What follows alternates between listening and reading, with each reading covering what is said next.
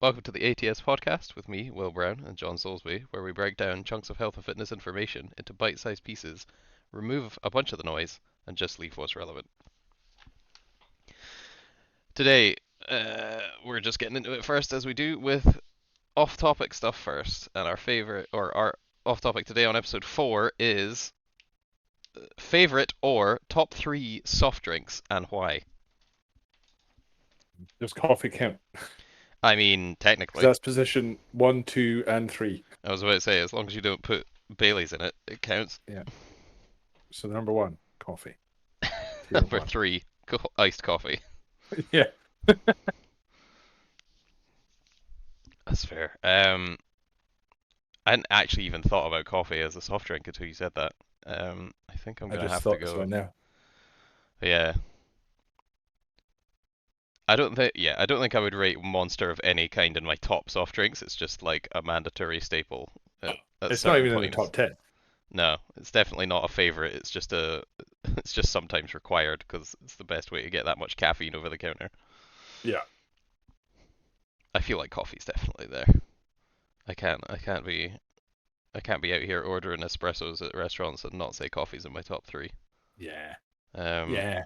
The amount of coffees I buy it's got to be number 1. I don't think it's my favorite though. Mainly because Ooh. so many people ruin it.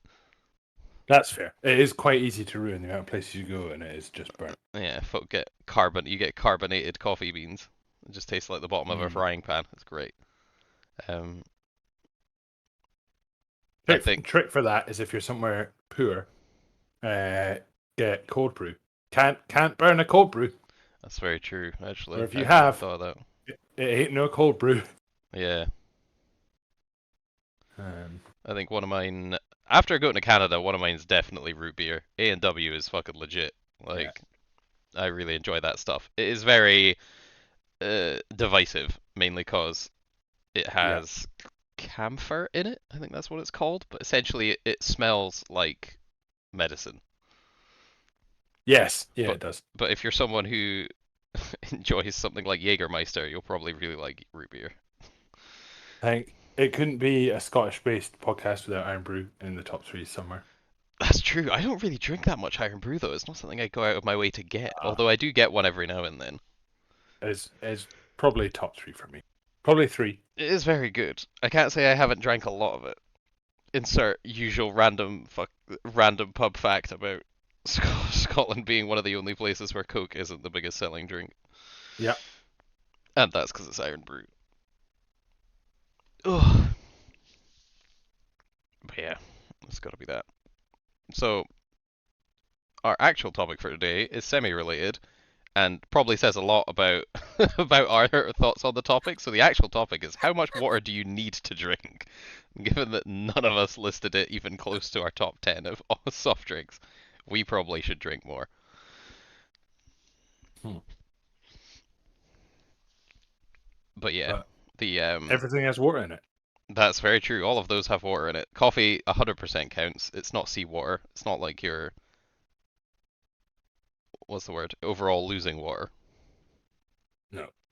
I learned a really strange piece of trivia that isn't as commonly touted as the one from Scotland not being or having Iron Brew above Coke in terms of sales. Cats can actually drink seawater and not get dehydrated because they've just got hyper efficient kidneys. That's pretty mad. So they legit can just drink salty seawater and be fine. Ironically, for an animal that 50% of them never leave the house. Yeah, and also historically hate water. Yeah. Um, Good at drinking it, though. apparently really good at drinking it. Yeah. The Dogs, on the other hand, not good with seawater. no, they're not. The They like drinking it, though. yeah, I see this on social media a lot. It was very popular during our brief 2 week heat wave that everyone thought was the end of the world. Yeah. Um, in terms of staying healthy and essentially having enough water to make sure you're not dehydrated, you really don't need that much. Like, you need to drink a bit of water, but if you are drinking other beverages, you probably get enough. Yeah. Everyone enjoys a good old reference to urine color, pretty much as long as it's not brown, you're probably fine. Yeah. Like, Yeah, if it looks like a black coffee, this yeah, stay yeah, away from yeah. it. If it Stay starts looking like please. coffee, yes, drink some water. And depending on how much working out you've done, perhaps get consulted about rhabdo. Um, Mhm. but yeah, everyone likes to give out loads of recommendations, but in terms of staying healthy, just drink when you're thirsty, and you're probably fine. Yeah. I mean, if you really want a solid recommendation, don't not drink anything in about 3 days. You're probably fine. Yeah. In terms of performance, though, then it gets a little bit dicier, or it gets a lot more interesting, cause you have a lot of different factors playing in terms of optimal performance with how hydration affects nutrient uptake, blood flow, and like muscle function and stuff like that.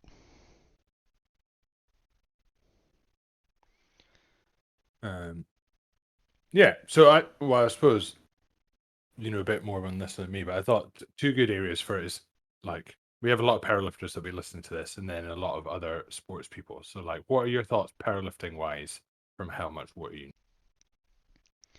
Um, in terms of powerlifting, you want to. I mean, essentially, all you're really trying to do is avoid cramp, cause a whole bunch of.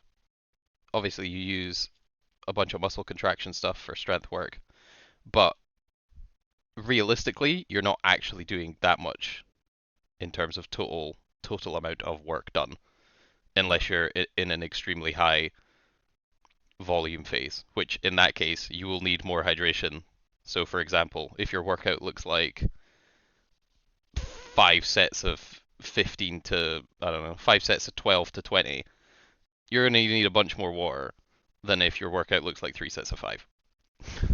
Like Yeah. you are Or physically doing several times the amount of work. or competition day where you do 9 singles and go home.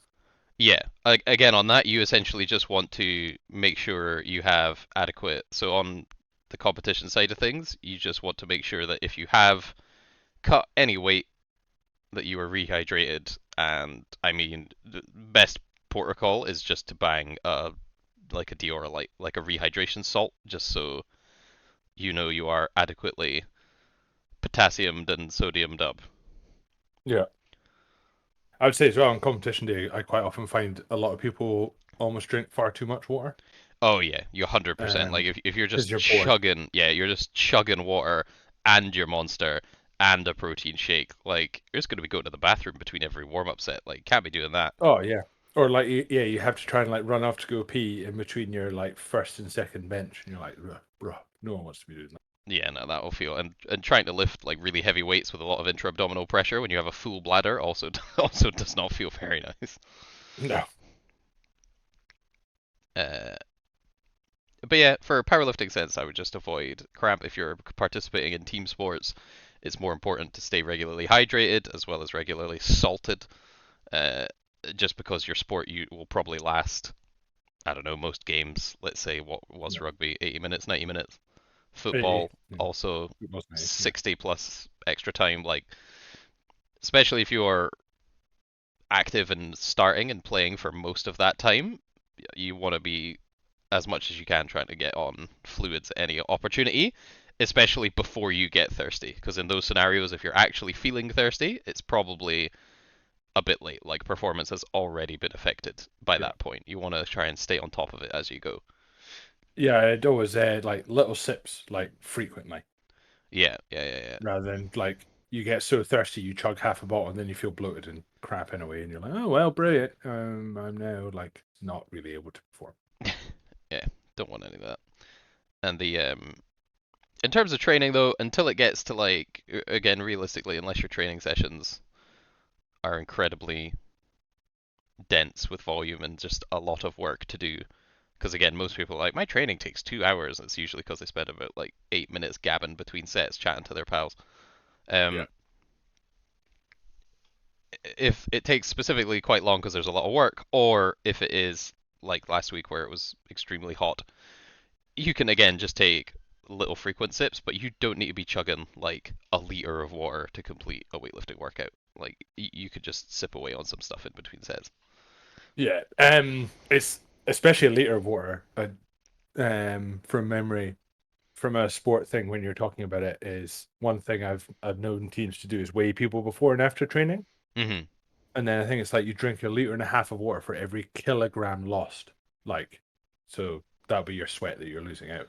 Yeah, yeah. So if you're I've drinking a liter during a powerlifting workout, it's like you have not sweated a kilo. yeah, that's usually Like, team sport people doing very yeah, intense practices for at least an hour, if not two or several.